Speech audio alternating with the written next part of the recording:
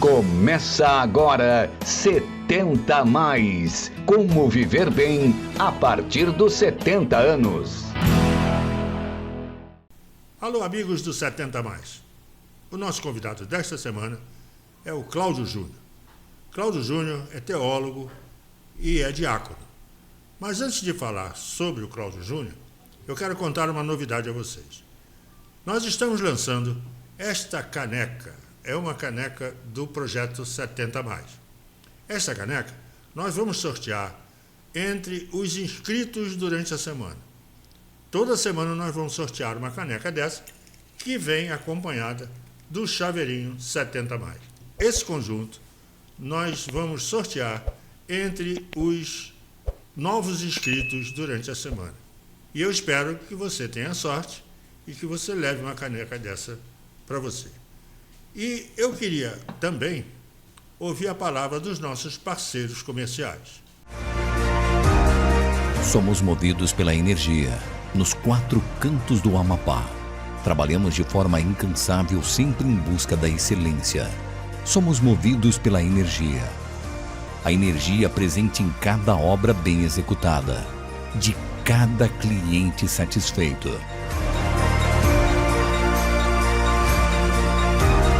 Somos a Eletroservice. Você sabia que o melhor peixe assado de Macapá está logo ali no Pacoval? Fica na rua Guanabara 922, no JB Assados e Companhia. Tambaqui, pirapitinga, tucunaré, filé de peixe, tudo preparado com muito carinho e higiene. O peixe assado que você leva para casa com preço justo e muita qualidade, só ali, no JB e Companhia. Na rua Guanabara 922, no Pacoval. O nosso grande Cláudio Júnior, ele é bacharel em teologia, ele é capelão, diácono e CEO do projeto Missão Isabel. E ele vai conversar conosco sobre a importância da religião na terceira idade. Vamos a ele.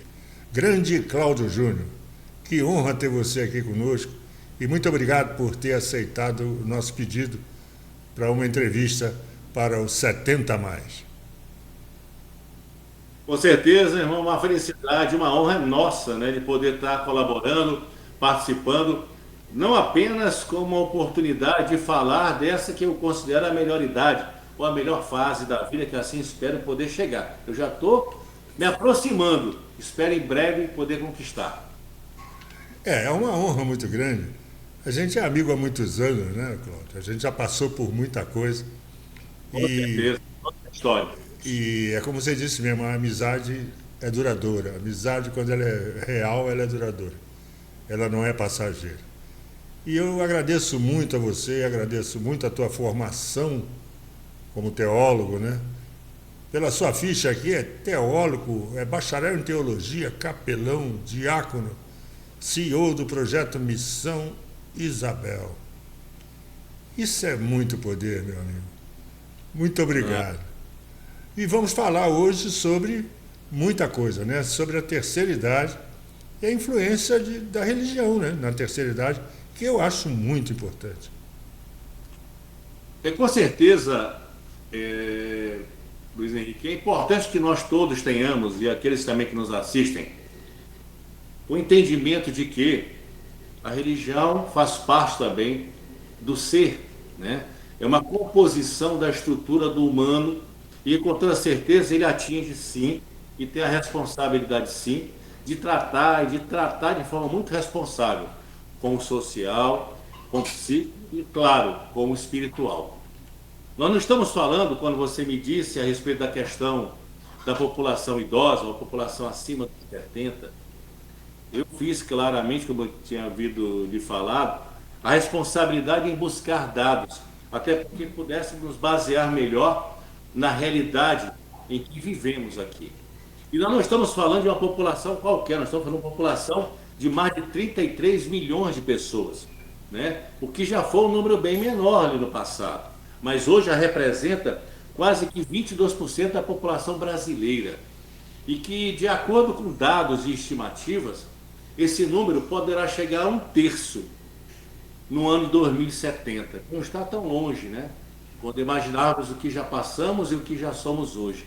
Então você imagina que é preocupante vermos uma população como a nossa, de pessoas com 60 anos a mais, que já são consideradas idosas, vivendo, infelizmente, a marginal da sociedade e muitas vezes sofrendo as mazelas, porque são por isso, e infelizmente são essas as verdadeiras causas, o abandono, a tristeza emocional, principalmente o abandono familiar, né? Em que as famílias parece que esqueceram.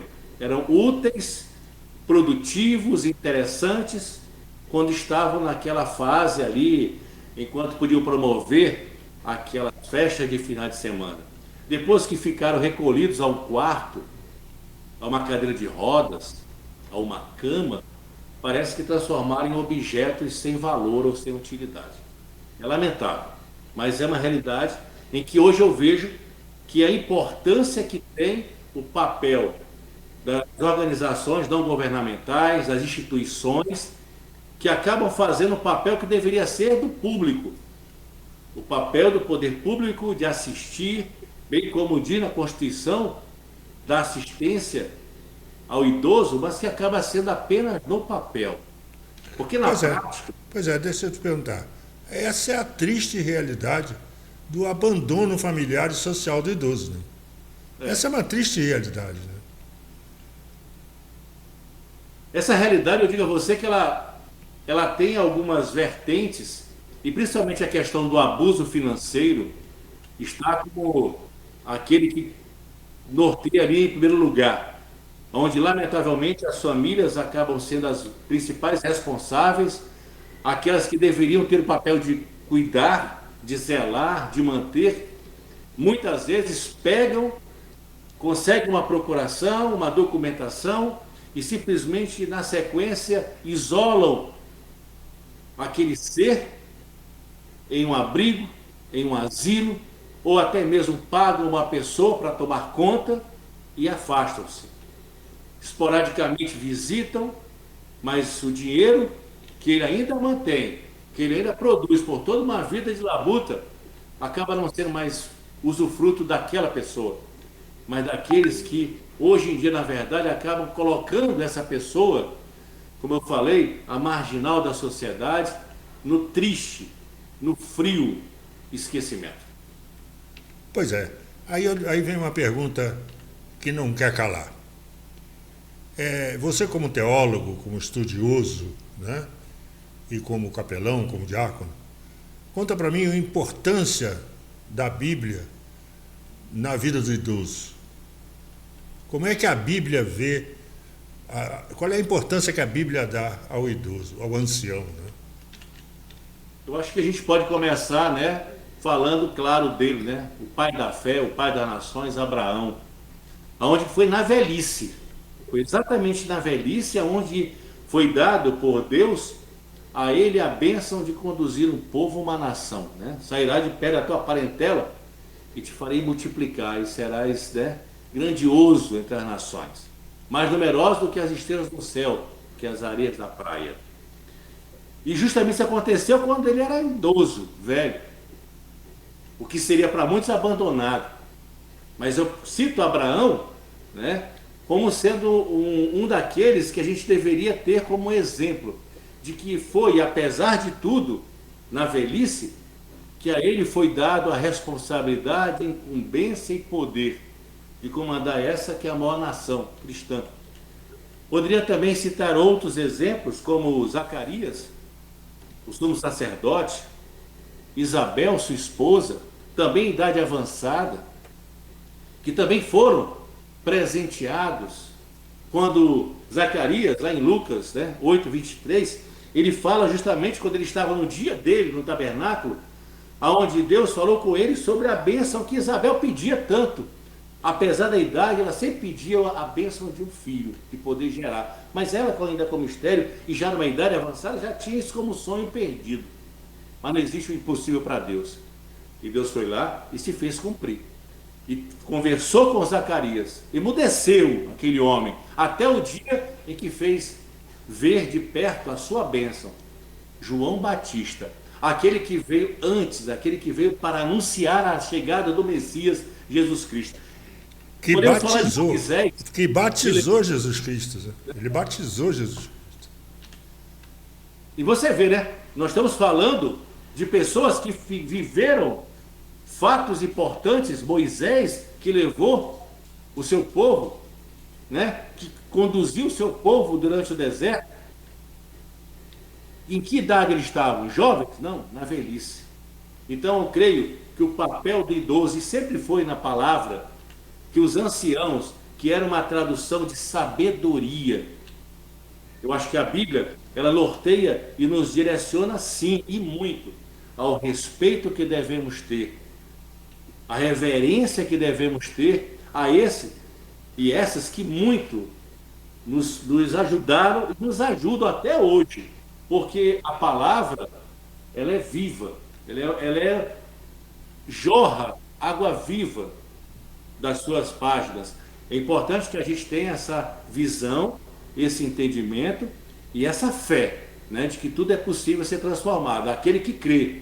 Mas eu acho que crê com respeito àqueles que fizeram a tradição. E eu tenho certeza que na palavra, na Bíblia Sagrada, nós encontraremos vários e vários exemplos lindos de manifestação do poder de Deus sobre aqueles em idade avançada, mas que Deus nunca os abandonou. É isso mesmo, você tem razão. Agora, dentro da história cristã, qual a relevância do assistencialismo? As igrejas trabalham muito com isso, né, com assistencialismo. Qual a relevância disso na história cristã? A gente sabe que, quando se fala, por exemplo, lá na Roma Antiga, os imperadores, eles tinham muito aquela famosa festa que faziam costumeiramente, distribuindo o quê? Pão e circo, né? A gente vê muito no dia de hoje até, inclusive. É verdade? Esse assistencialismo político, é bom que não se confunda com assistencialismo espiritual, que é dado, ofertado pelas instituições religiosas, pelas suas inúmeras dezenas e milhares de denominações religiosas, porque elas têm um cunho muito mais, eu diria, ativo, produtivo, verdadeiro e respeitoso, porque ela trata a essência do ser. A assistência espiritual que muitos hoje em dia têm e recebem das instituições, em especial hoje as igrejas, sejam elas a Igreja Católica, que na história foi a primeira em que asilos, creches, orfanatos, instituições, casas de assistência, e posteriormente as igrejas hoje também evangélicas, com ações e que vemos de grande relevância, a Assembleia de Deus com inúmeros projetos. Nós vivemos numa região, por exemplo, com limites continentais, e eu me recordo que quando viajávamos aqui pelos interiores, trazendo até para uma realidade nossa, amazônica, era difícil você não ver uma pequena casinha feita de madeira, escrito Assembleia de Deus. Ali não era apenas uma igreja, ali também era um hospital, porque é assim também que hoje se trata o que a igreja de fato acaba sendo. Um hospital para doentes da alma, para aqueles que precisam se refugiar em algo concreto. E a espiritualidade hoje nunca ficou tão em evidência. Tanto é que as provas estão aí. Os números crescentes. Nós tínhamos aí em 70, né? Nós tínhamos quase 73% de uma só religião no país. Hoje diminuiu para 50%. A Igreja Católica, por exemplo, a Igreja Evangélica cresceu mais de 57%, 61%. Nós estamos hoje aí com cerca de 33% da população hoje brasileira, por exemplo, que se diz também da religião evangélica, de suas várias denominações. Mas eu digo que, somando, o importante é que os esforços sejam para unir, independente da bandeira, independente da visão teológica, é que todos tenham a obrigação de cumprir aquele que é o principal e maior e único e verdadeiro mandamento do nosso Senhor Jesus Cristo: amar a Deus sobre todas as coisas e ao próximo como a si mesmo. Perfeito, perfeito. E aí, na realidade, a religião, eu sinto que a religião é como se fosse um alimento para a alma, né? Sim. ela alimenta a alma, ela alimenta o desejo e alimenta a fome real das pessoas. Porque, como eu falei, as igrejas se transformaram em hospitais. Hospitais daqueles que nós sabemos, aí está aí os casos incontáveis de pessoas, independente das suas funções, do status, da sua condição socioeconômica, vivendo aí da depressão, que é uma doença, mas que também é uma doença da alma, que também está sendo curado, e temos provas reais, testemunhos reais de curas de depressão através do apoio, do acolhimento espiritual. Eu acho que não é nem um acolhimento espiritual, é um acolhimento pessoal. Eu acho que quando o sujeito vive em comunidade, a própria igreja dá suporte a ele para ele poder sair dessas vicissitudes e desses problemas chamados, como é que se diz? Chamados depressão. Né? Essa depressão, para mim, eu acho que a depressão, para mim, é um pouco de solidão também. E pode ser melhorada, pode ser resolvida, não de todo, mas muito bem resolvida através da fé. Eu não estou nem falando de religião, estou falando de fé. Sim. Eu creio que a fé, né, é algo que você realmente acredita sem nunca ter tocado, sem nunca ter sentido. Sem nunca precisar provar nada. Você acredita porque acredita. É nem fundamento das coisas que não se toca, que não se vê, mas se crê. Mas o importante é você entender que hoje nós temos doenças e envolvendo em especial esta idade abençoada, que é dos mais de 60 ou mais de 70, que você vê aí o que acontece. Depressão, o Alzheimer, que também é outra doença. Que inclusive nós temos população, hoje aproximadamente quase 2 milhões de pessoas com Alzheimer. Eu diria até que esse número é bem maior. Mas são porque dados não há registros, né? Muitas pessoas escondem isso dentro da família. Né? Porque, na verdade, é importante que a gente diga, e até conversávamos isso quando acertávamos essa entrevista, que é importante que a gente não tenha apenas um papel de abordar um assunto tão sério como esse, que é o verdadeiro abandono nos dias atuais das pessoas que tanto contribuem e continuam contribuindo com a sua vida, com o seu legado, com a sua história, com a sua economia, e que de repente parece que viram a página para essas pessoas. Então a gente precisa sim gritar por essas pessoas. E essas pessoas, elas estão justamente aí, escondidas atrás de números de pessoas, pacientes ou vítimas do Alzheimer, vítimas da depressão, vítimas do alcoolismo, vítimas do abandono, vítimas muitas vezes do esquecimento. E do preconceito. E do preconceito também. A gente hoje vê, eu acho tão interessante isso, as redes sociais estão repletas de vídeos, seja aí nas várias plataformas. Você vê uma coisa bem interessante, o número de pessoas que postam o cotidiano, o dia a dia, de pessoas com idades avançadas. Aí você vê aquela pessoa quando ele acorda de manhã, quando ele vai tomar um banho, vai tomar café, quando ele sai para uma atividade social. Parece algo extraordinário. E as pessoas curtem, as pessoas compartilham, as pessoas colocam ali, né, os seus comentários, mas muitas vezes parece que aquilo é o mundo virtual, não, aquilo é o real. E é isso que precisa ser tocado nas pessoas para chamar a atenção, porque eu tenho na minha casa hoje alguém muito especial, que é minha mãe, que hoje tem 90 anos, que mora comigo, que hoje precisa de uma cadeira de rodas, precisa usar uma fralda, precisa tomar uma medicação, precisa ter uma assistência médica, e que ela lá lutou uma vida toda. Mas muitos preferem apenas pegar essas pessoas e pagar um profissional e tomar conta. Pegar essas pessoas e retirá-las do convívio social. Então você vê que eu acho que é importante que todos nós, independentemente do credo, independentemente da visão ou denominação religiosa, que hoje nós possamos ter, e que o seu programa, Luiz Henrique, que seja uma bênção para muitos que são vozes que são esquecidas ou vozes que clamam no deserto, como fazia João Batista. Muito obrigado. Que falava no deserto, mas que foi ouvido.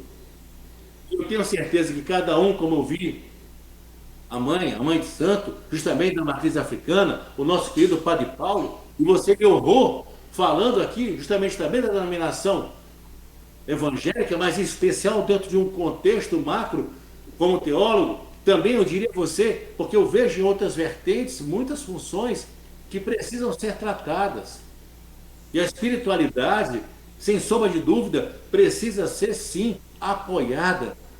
Então, muitas vezes, se você não quer tratar, se você não quer colaborar, não impeça que pessoas que você nunca viu poderão chegar na sua porta e querer justamente cuidar daquele que hoje você abandona.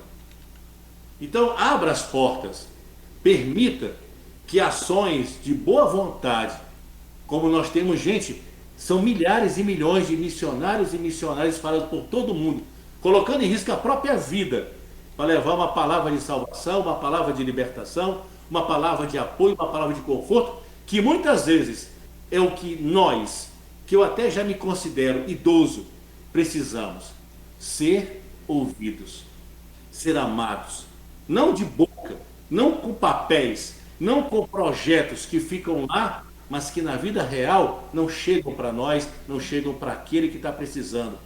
Continuamos aqui com várias políticas para o idoso, mas na vida real existe. Então, agradeçam, orem por todos aqueles que fazem da sua vida uma missão de relevância em apoiar aqueles que um dia já fizeram e em vida continuam fazendo, porque é tão bom você sentar ao lado de uma experiência e ouvir o seu relato e o seu testemunho. Pois é, e isso é que eu digo, até porque a população de idosos no Brasil aumenta, está aumentando vertiginosamente, o país está envelhecendo, e esse envelhecimento, no meu entender, ele só traz benefício. Por quê? Porque é no ancestral que a gente traz a experiência de vida. É ele que transmite isso. Inclusive nas tribos indígenas, né? Toda a tradição é trazida pela oralidade, você não tem nada escrito, né? Então você precisa do ancestral para manter manter viva a sua nação. Perfeito? Eu acho que, como está crescendo a quantidade de idosos, os idosos têm que ser mais utilizados. Por quê? Para poderem passar todo o padrão de vida e todo o conhecimento para os que estão chegando. Concorda? Você falou uma coisa muito importante, quando a gente parece que tem esse choque de novas realidades. Eu hoje em dia vejo, agora há pouco eu assisti a uma reportagem falando do impacto do cerceamento do uso do celular nas escolas. Parece como se fosse algo primordial, vital para a sobrevivência. Parece que se esqueceram que vai para a escola, para uma sala de aula, para estudar. Não para ficar conversando através das redes sociais com quem não está na sala de aula. A conversa tem que ser direta, objetiva, olho no olho, no toque, usando de fato todos os nossos meios cognitivos. E que de repente eu vejo as pessoas se preocuparem, mas parece que nós vamos esquecendo. E você vê quantos jovens utilizam-se da oportunidade que tem em casa, aqueles que ainda têm em casa, de fazer uso do que você acabou de dizer, de relatar, de conversar com seu avô, sua avó, seu tio, sua tia, seu irmão, quem sabe já tem uma idade avançada, e trocar essa experiência, trocar aquelas narrativas do que já viveram. Então, ou seja, você usou o exemplo da comunidade indígena, mas temos tantas e tantas que estão aí, ó, pessoas que estão nas ruas, que agora, daqui a pouco, quando o sol se pôr, vão ficar esperando bênçãos ou abençoados passarem com o coração contrito, querendo entregar, quem sabe, uma marmita, um prato de sopa, um copo de suco ou de mingau, para poder aquecer ainda pelaquela noite fria que está só iniciando.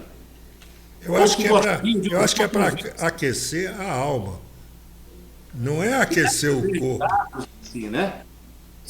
A gente pensa que é pequeno.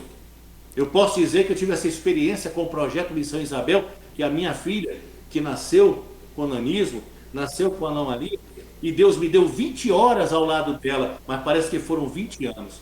E Deus me tocou ao coração no caminho em que eu ia do hospital, levando aquela certidão, aquele registro de óbito, para levar ao cartório, para emitir a certidão de óbito da minha filha. E depois ir na funerária para o procedimento de retirada do corpinho dela, do hospital, para no dia seguinte sepultar. Deus foi falando comigo, fez justamente eu entender. E naquele momento era justamente falando para aqueles que precisam. Como Deus mesmo, no próprio projeto é dito isso. Deus enviou seu Filho, não foi para servir, não foi só para ser servido, ao contrário, foi para servir. Eu acho que esse é o nosso papel de hoje, essa é a nossa missão de todos nós, é servir, é colocar-se à disposição, né? Então, eu vejo aqui grandes igrejas, eu vejo a Igreja de Jesus Cristo nos últimos dias, milhões de dólares que são distribuídos, por exemplo, para essa instituição, para pessoas que necessitam de equipamentos ortopédicos, cadeiras de rodas. Eu vejo agora as igrejas batistas comemorando aniversários e que fazendo uma campanha fluvial, atendendo centenas e milhares de pessoas ribeirinhas que são e ficam, sim, a marginal da assistência, do assistencialismo político que é prometido, mas que não é cumprido. As igrejas assembleias, as igrejas católicas, os asilos, as creches, os orfanatos, que precisam da nossa visita, que precisam, porque não é o papel do teólogo, do capelão, que o capelão foi para um papel que na época, ali já no século XVIII, tá certo? No Brasil aconteceu, na verdade, esse papel foi até um capelão batista, né? Que teve essa incumbência, né? João Soren, foi o primeiro capelão. Mas eu digo a você que foi utilizado na Segunda Guerra Mundial, nas forças expedicionárias brasileiras. Mas eu, como diácono, qual é a função? Que é um dos ministérios instituídos, está na palavra, em Atos 6. E nós temos o papel de Estevão, foi um dos primeiros diáconos. É o quê? É servir, é acolher, é cuidar dos necessitados. Por quê? A messe é grande, faltam operários. O Senhor já disse. E o Senhor me chama, te chama, a você que nos assiste. Vamos hoje, vamos fazer os 70 a mais, e eu acho que é providencial e abençoado esse nome, Luiz Henrique. Muito obrigado. Muito obrigado. 7 vezes? Não, 70 vezes 7. E esse 70 que seja multiplicado de colaboradores, de apoiadores, de incentivadores, de missionários e missionárias, independente de qual seja a sua religião. Hoje você é convidado a fazer parte dos 70, como foi Gideão, que tinha uma multidão quando Deus deu a ele um exército, mas ele só precisou de 300. E hoje nós estamos sendo convocados a fazer a missão dada pelo nosso Senhor Jesus Cristo. A missão de apoiar aquele que precisa. Dai a mão, dai de comer a quem tem fome, dai de beber a quem tem sede. Quando eu te ajudei, quando eu estive contigo, quando eu estava nu e me vestiste, quando estava com fome e me deste de comer, quando estava com sede e me deste de beber, quando era estrangeiro e me abrigastes. Então hoje, esse é o papel de todos nós. Então que nós sejamos verdadeiramente diáconos na essência, no papel de otimizar a prestação de serviço ao próximo. Na a missão verdadeira dada por Deus. E que a gente tenha, esquecendo o que é religião, que apesar do nome religário, religação, busque ligar-se àquele que o véu já foi rasgado. Deus está comigo, porque foi o seu Filho morto na cruz, que disse: vinde a mim, todos aqueles que estão cansados e aflitos, e sobre as minhas costas, Deus levou as suas dores lá e se fez por maldito, quando foi pregado no madeiro. Então, acho que é importante que a gente saia da palavra para a prática. A vida tem que ser feita de ações concretas e verdadeiras.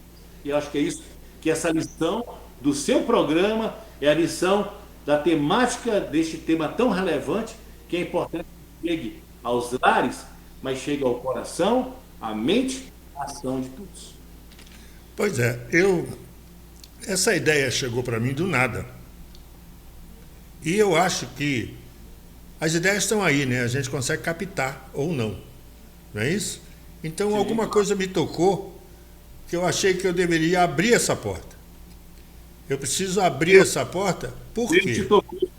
Deus te tocou. Pode ter sido. Porque o que eu sinto é o seguinte, eu tenho 74 anos, cheio de dúvida.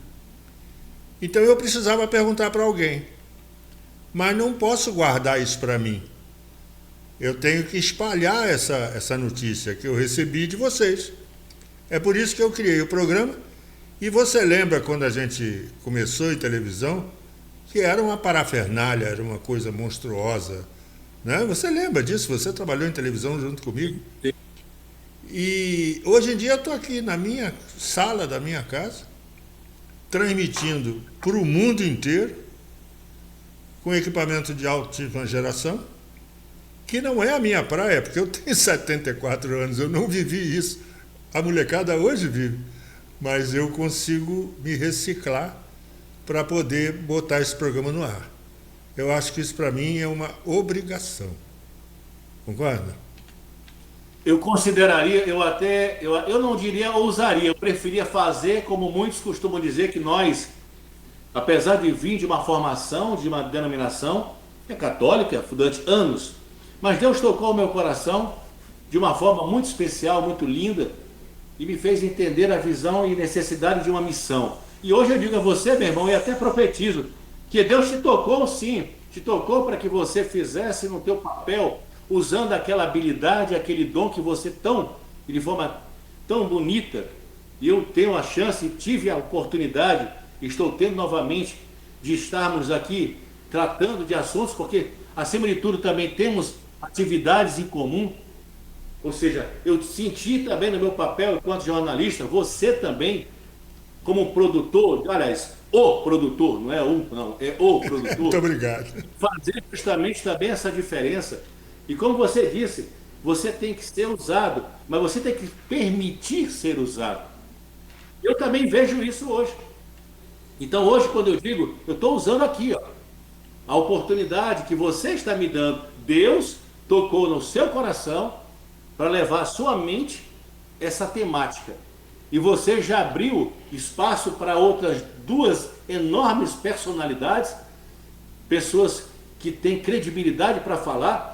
Eu vim aqui, por isso que eu até fiquei tão honrado, porque, puxa, estar junto dessas pessoas. Mas, acima de tudo, como eu te coloquei, eu venho humildemente enquanto, acima de tudo, um servo do Senhor, um diácono a serviço de prestar o entendimento, a orientação, a fala para aqueles que precisam. Mas, acima de tudo, é importante, meu irmão, que você se permita ser objeto de ação e de transformação. E que Deus, nosso Senhor Jesus Cristo, te abençoe grandemente nesta que será uma das muitas e milhares de missões que Deus vai te usar. E que o canal 70 Mais vai ser esse caminho virtual, não, bem real na vida das pessoas. Eu tenho muito a que agradecer e ter poder abrir esse espaço. Mas aí eu quero te fazer mais uma pergunta. Então? Nas missões focadas por idoso, né, quais são os projetos e ações que têm se destacado, que você tem conhecimento?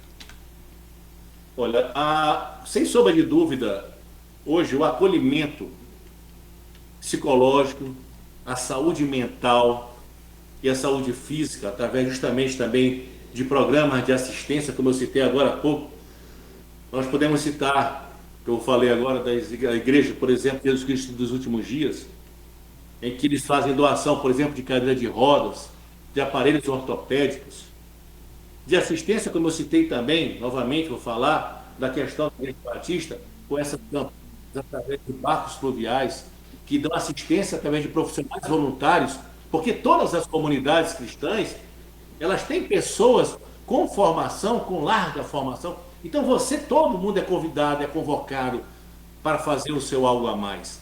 Então ele tem aquele momento em que ele se disponibiliza para fazer. Então na área médica, na saúde mental, eu estou falando porque também curso hoje mais uma graduação na área de terapia ocupacional e vejo a necessidade em um estado como esse nosso aqui, o Amapá, que precisa, é um estado que tem uma comunidade idosa enorme e que ainda é a geradora, matriz e motriz da economia, porque aqui nós vivemos o contra-cheque.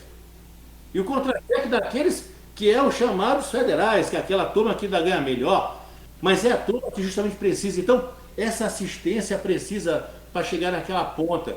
É do meu irmãozinho Ribeirinho, é do meu irmãozinho, para sair daquela imagem de cidade capital, né? Sede, tudo, cidade-estado. A gente precisa entender que precisamos sair para todos esses 16, são só 16 municípios. O Amapá poderia e tem uma missão a ser cumprida se cada um colocar a mão no arado e se propor a fazer algo. Então, eu diria que a saúde mental, a saúde espiritual, mas também a alimentar. Igrejas pequenas, igrejas de bairro, congregações, denominações, as próprias igrejas também, grandes denominações tradicionais, elas têm uma missão também e fazem isso sempre, através de doação de cestas básicas. Isso aí é assistencialismo? Não, é uma necessidade mesmo, porque ninguém gostaria de estar chegando na porta de ninguém pedindo um prato de comida. Dói, meu amigo, a fome dói. E você lidar isso com o psicológico, com o mental. Aí você tem aquela pessoa que está ali abandonada porque a família abandonou. Você quer isso, quer ter prova, você está pensando que eu estou brincando? Saia, pegue a sua bicicleta, seu carro, ou o que você tiver, saia até a pé, mas vai um dia pela madrugada. Anda nas ruas e você vai ver quantos idosos você vai encontrar. Vai nos asilos, que a gente fala tanto, e vai ver lá. Procure passar um dia com algum deles conversando, você vai ver histórias fantásticas e surpreendentes. Então a gente precisa entender que nós temos uma missão, uma grande missão, que precisamos sim de muitos operários, não os omissos, mas aqueles que de fato estão fazendo a diferença, esquecendo a denominação, como saem tantas marchas por aí, marcha disso, marcha de letrinhas. Por que não sai para fazer a marcha de fato para o bem comum, o bem ao próximo? Eu acho que essa deve ser o grande foco, se a gente ainda quer ter um mundo, um país, porque já que os governos se prendem nas suas bolhas e nós ficamos aqui no cair das migalhas da mesa, então que a gente se una, pelo menos nesse bem comum. Tem razão.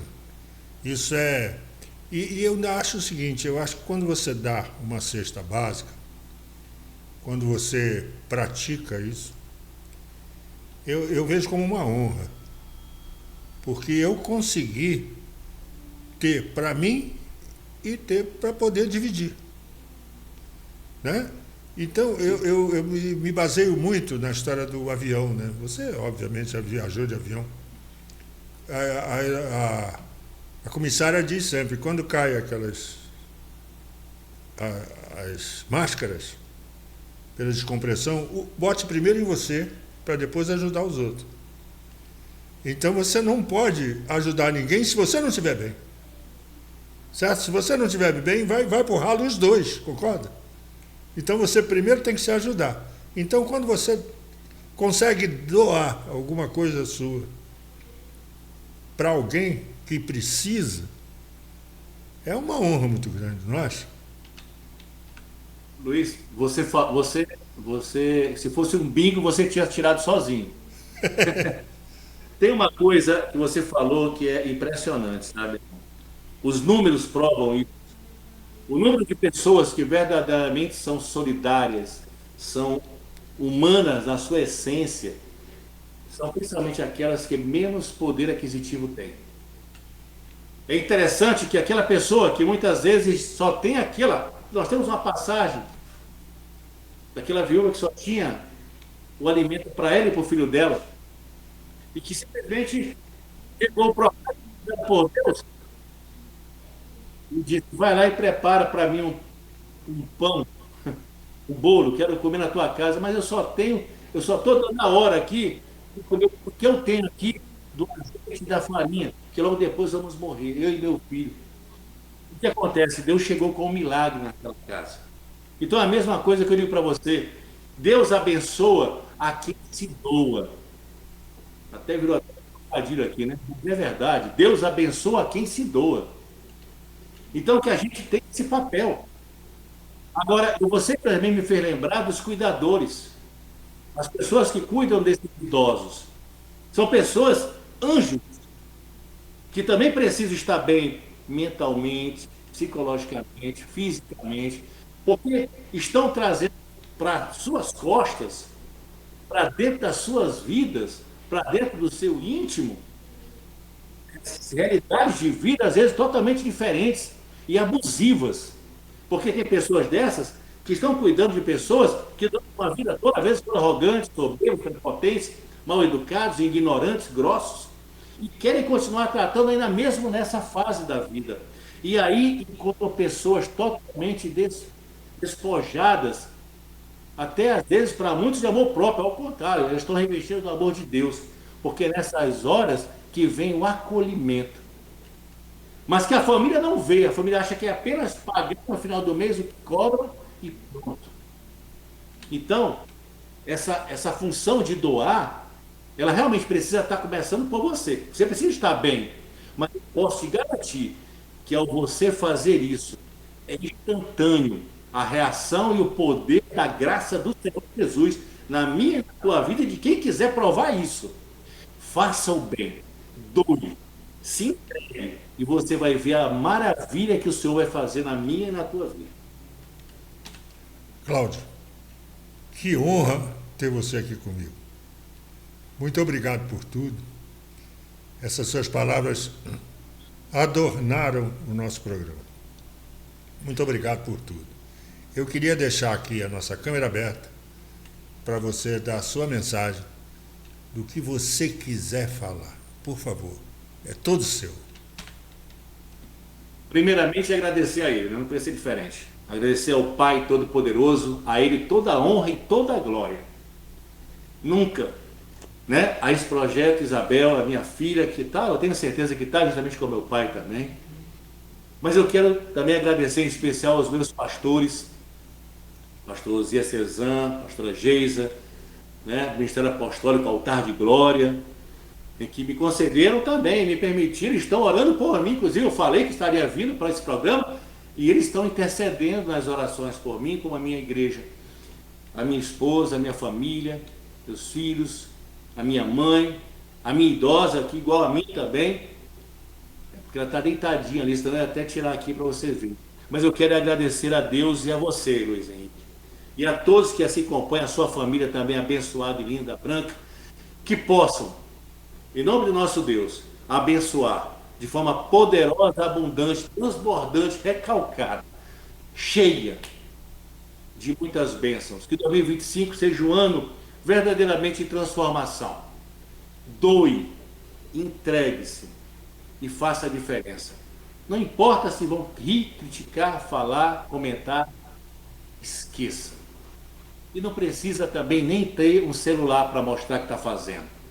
Porque o maior olho, eu posso te garantir, que é o de Deus, ele estará sobre você, e a sua mão poderosa estará também, como essa agora, te abençoando em nome do Senhor nosso Deus, que é Pai, Filho e Espírito Santo. Uma bênção a todos nós, e mais uma vez, muito obrigado, e viva! E Deus abençoe os 70 a mais.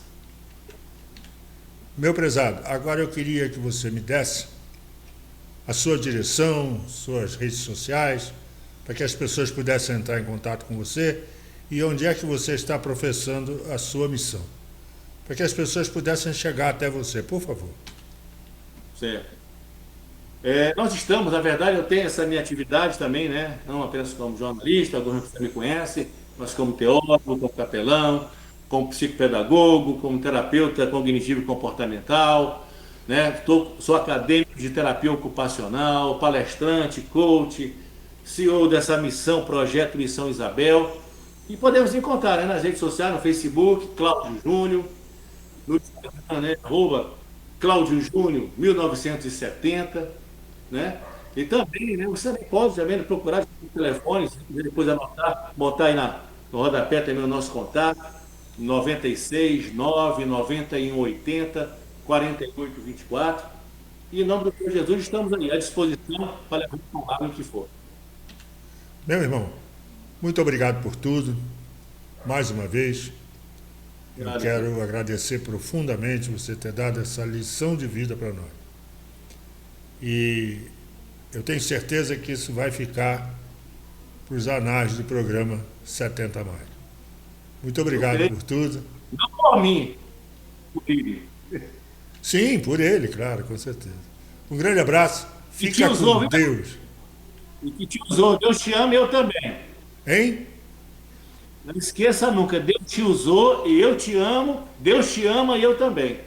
Muito obrigado, meu amigo. Fica com Deus. Também. Depois de uma entrevista dessa com Cláudio Júnior, só nos resta ler este texto. A velhice é uma estação da vida de rugas, sabedoria e experiência. O tempo passa, a jornada é cumprida e o sábio coração enche-se de paciência. Os cabelos brancos contam histórias de amor, de perdas, de batalhas vencidas. As marcas da vida são como glórias e a sabedoria é a grande recompensa da vida. Os passos podem ser lentos agora, mas a mente segue ágil e viva. Bom, espero que vocês tenham gostado do programa de hoje e até semana que vem, se Deus quiser. 70 Mais. Como viver bem a partir dos 70 anos. Até a próxima.